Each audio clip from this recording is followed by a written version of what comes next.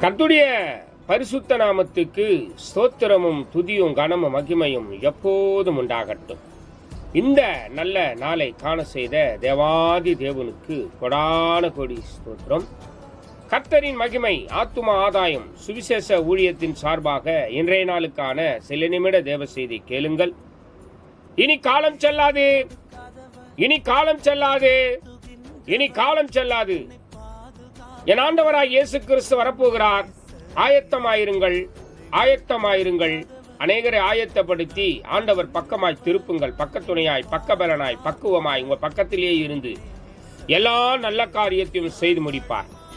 விசேஷமாக யோபு 42 அதிகாரம் 2 தேவரீர் சகலத்தையும் செய்ய வல்லவர், நீர் செய்ய நினைத்தது தடைப்படாது என்பதை அறிந்திருக்கிறேன் என்று யோபு பக்தன் சொல்லுகிறார். எனக்கு பிரியமான தேவ ஜனமே, இப்பொழுது நீங்க சொல்லலாம், நீங்க போகிற காரியம் எல்லா காரியத்தையும் கைக்கூடி வர பண்ணுவார்.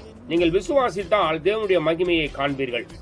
கர்த்தரிடத்தில் வந்து சேருகிறவர்கள் அவர் உண்டு என்றும் அவர் தம்மை தேடுகிறவர்களுக்கு சகலத்தையும் செய்ய வல்லவர் என்பதை முதலாவது அறிந்து கொள்ள வேண்டும், அறிந்திருக்க வேண்டும். ஆமென். அவர் எல்லாவற்றையும் தடைகளை நீக்கி போட்டு எல்லா தடைகளையும் உடைத்து தடைகளை நீக்கி போடுகிற பரிசுத்த ஆவியானவர் இந்த நாள் முழுவதும் உங்களுக்கு முன்னும் பின்னமாய் கடந்து போவார். எல்லா காரியத்தையும் கைக்குடி வர பண்ணுவார். ஆக எதை குறித்தும் கலங்காதிருங்கள். God bless you.